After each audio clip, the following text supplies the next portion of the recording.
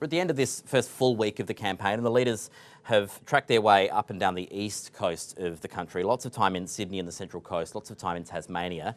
Anthony Albanese's also popped into Queensland right at the end of this week. But the single media event that got the most coverage and was talked about the most in this week was one that happened on the first morning of the first day of this campaign, an event in which Anthony Albanese gave his opponents precisely what they wanted, and it set the tone for a lot of the week. Now let's just set aside any debate about how big a deal this employment gaffe was and whether or not it actually is something that would actually affect and swing many votes, because I just want to talk quickly about how much this issue has been propagated through the week, because we know this is a story that's taken up a lot of newspaper inches, a lot of broadcast minutes. Let's look to the data.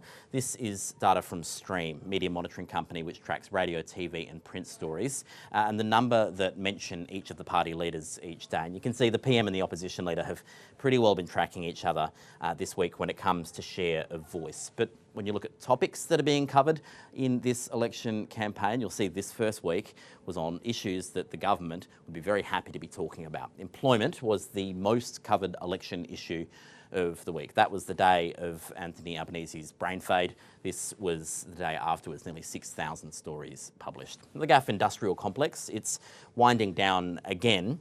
And there was a more substantive contest of ideas on a different range of topics in the second half of the week. Labor would be happy that health was one of the most covered issues in the second half of the week. There's also this issue of an integrity commission or an ICAC that's been really put on the agenda again at the end of this week. We'll see if that becomes more of an election issue in the days and weeks ahead. But there's no doubt this employment issue is one that the government sees a weakness on, is very keen to exploit in a similar way that they did 3 years ago. 3 years ago, the government managed to define Bill Shorten, then Labor leader, on their terms. That was one of the findings of Labor's internal review of the election, basically concluding that the coalition's sustained campaign of attacks on Bill Shorten took their toll by the end of the campaign. And so Labor has been trying to do similar things in reverse this time and really attack Scott Morrison's credibility for a sustained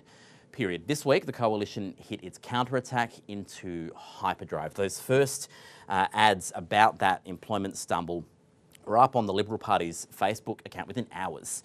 Don't risk our economy with Labor is what they were saying. And what we've done is an audit of all Liberal Party ads that were active on the Liberal Party of Australia Facebook page in the 5 days to Thursday. There's a bit over 100 ads in total. And when you look at them, what you see is more than half of them are about Labor. They're really focusing this week on attacks on the credibility, the economic credibility of Anthony Albanese. They're spending more money on Labor ads at the moment than they are ads on their own record in government. There's also some attack ads on independents being run as well.